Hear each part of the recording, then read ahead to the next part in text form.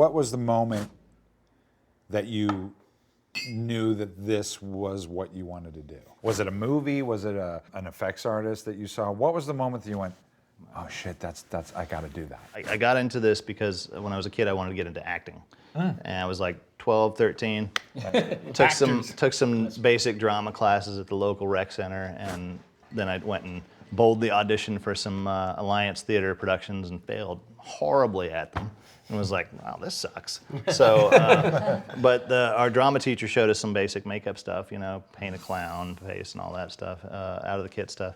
And I was like, oh, that looked kind of interesting. I'll pursue that as a hobby or whatever. And then picked up, you know, Richard Corson's book and three-dimensional makeup, the Lee Bagan book. And that was a huge moment when I finally found that. And that was my Bible. I mean, that was like everything. I still make certain parts of mold work in that the same way as what I, you know, learned in there. Planet of the Apes actually was the very first thing that got me excited about this stuff. And the fact that you can use prosthetic makeup and rubber to turn somebody, a person, into another being, I was just completely blew my mind. And I was like, this, somehow, I don't know what these people are doing, but that's what I want to do, you know? I mean, like I'd seen King Kong and Curse of the Werewolf were the two like first movies that I saw when I was a kid. So, so I think at one point I either want to do stop motion or makeup effects or be a comic book artist. So I was like, and it's like, stop motion takes too much patience.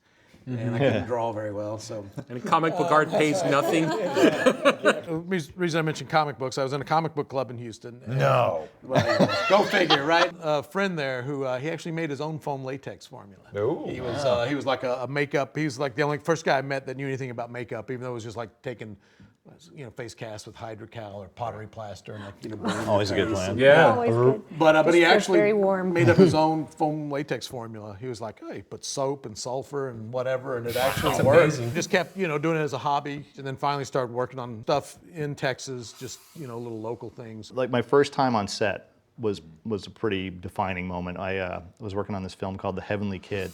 I went to set. I couldn't drive to set. I was 15. So my sister drove, and we get there, and I deliver the dummies, and the stunt guy had become a friend of mine. He brought me over and introduced me to the stunt coordinator, and he was like, looking at the dummies, he's like, yeah, these are fine, these will work, you know, cool, thanks kid, you know, and he walks away, and the stunt guy's like, you know who that is? And I'm like, no. He goes, that's Rico Browning. Oh, wow. And I was like, what? Creature from the Black Lagoon. Yeah. Whoa. And so he was now a stunt coordinator in the 80s, doing shitty, you know, 80s movies, and so. I think at that point I was like, all right, this is cool. They feed you, you get a little room you can sleep in. I'm good, man. Yeah. You know. That's so, awesome. Did you talk to Riku Browning? For like 2 minutes. Oh, okay, you know, yeah. If it was any more than that, I would just been like, you know. Yeah. But no, that was so cool. PM Magazine did a feature on Rick and showed his shop, and this was right when American Werewolf was coming out, so they did this big, you know, publicity push for it, right? And I noticed at the end credits, it said, if you have questions or concerns about anything on this show, please write PM Magazine at Post Office Box, blah, blah, blah. So I was like, oh my God, I'm gonna send a letter to Rick Baker to the PM Magazine Post Office Box on a fluke that it would eventually get to him. So I was actually sculpting a mask, and then the phone rings, and my mom picks up the phone, you know, and she's like, Norman, there's somebody on the phone for you. And I'm like, who is it? It's Rick Baker. And I'm like, My voice was shaking the entire time, you know, of course. But he said that he thought my stuff showed a lot of promise and, you know, keep in touch. So I did. And then I came and took a visit of his shop, went back to Florida, and I just said, I'm moving to California. I told my mom, there's nothing stopping me. I'm just going to go. I just, you know, let the chips fall where they may. So I called Rick and I said, I'm here, you know, is by chance, do you have any work? And he's like, let me see. Hold on a second.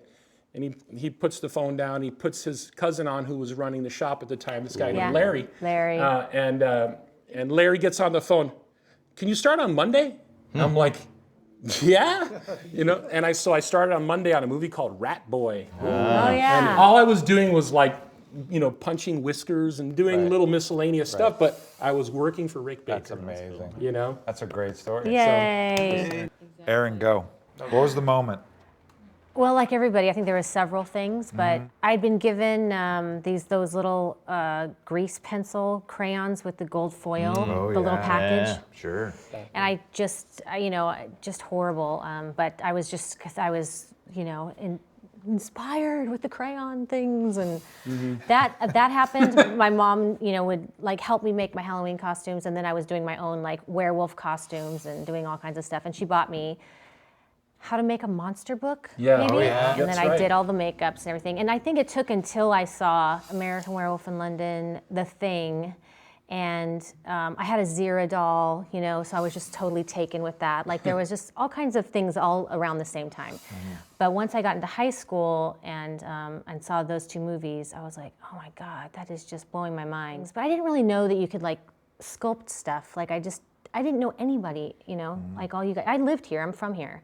So I was only like half an hour from all this stuff, an hour, but You had no idea. no, no one I knew did anything like that. It's not like it is now, No. where you can YouTube. go on YouTube, or Right. you Yeah, can you'd go have to to the school search- down you the have to street. and really you could search stuff out. You Oh, yeah. really had to. You had to write letters and shit. You had to write. Oh, letters. yeah. But you had, Exactly. and you had to do shit like you had to do dangerous stuff using shit out of the underneath, Oh, yeah. like in your cupboards, and like you had to make mistakes. Making things and, destroying your mother's bathroom, covering it in blood, and just all that stuff. I'll clean it up, Cooking foam in your mom's Mom's Exactly, ovens. always, yeah. always. And It's the just a little carpeting appliance. with all the clay in it. Yeah. Man, the stuff that I did in my mom's kitchen, Yeah. I don't even know how she put up with that. Like my parents were real supportive of it. It's like when I was 12, 13, they're driving me downtown to Atlanta to buy alginate from a dental supply place, and they let me take over half the basement and turn it into a shop. And Oh my so it's God, like, so it's cool. that, having that support definitely fostered a better Oh, yeah. desire to want to do it. Absolutely.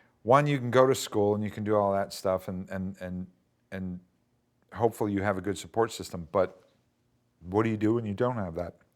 What do you do when you can't afford the money? You gotta do it to no go to a matter what. school. Yeah. Exactly. And that goes back to what we were talking about earlier. Was like, if you really want to do it, I mean, you just do it. Yeah. And you just find a way to get those things. Yeah. One of the good things, like me growing up in Texas, I had like the Corson book, and Right. I was starting to learn like the right way to do the stuff, but I couldn't afford it or Yeah. couldn't find it. Yeah. So then you'd have to come up with like, well, I'll do this and make it work, Yeah, yeah. And I made like underskulls out of plaster bandage. You get creative. Scholastic, which was a horrible stuff that you dip in acetone. Yeah. But you know what though? That's probably a huge part of why you're successful though, because you had to do that. Yeah. And you had to figure out other ways Yeah. to Well, make there this was a stuff work. time I mean, it's different from now. What I find is you had to know how to do everything. Yeah. You didn't really specialize like it is now. Like you had to know how to sculpt, you Yep. had to know how to paint, you had to know how to make eyes, you had to make teeth, and you had Yeah. to know how to do everything. Whereas I find that now maybe you don't need to know all those things because everything is so specialized. It's and more if you departmentalized. it is departmentalized. Absolutely. Right? Yeah, I mean, you go into any major shop and you have your seaming department, you have your foam runners, you have that, and it's like a lot of those people just came in and learned that, and they didn't go through the things we did to learn every aspect of it. Like you get it in the mail, like the Sure. night before, and you're like, well, this isn't going Is it on in the TV? morning. It's like The turnaround's crazy. fast, and So it's fast. still really fast. The scariest moment in that film is when Father Karras is sitting there listening to the. Don't tell me that because that's my favorite. I love that. He will always go for the practical effect before the digital effect. So like anytime we showed Samara, they had to shoot her like the face completely covered, then the hair a little bit parted, then Yeah. completely revealed because we don't know need yet options. when we want to show. sure.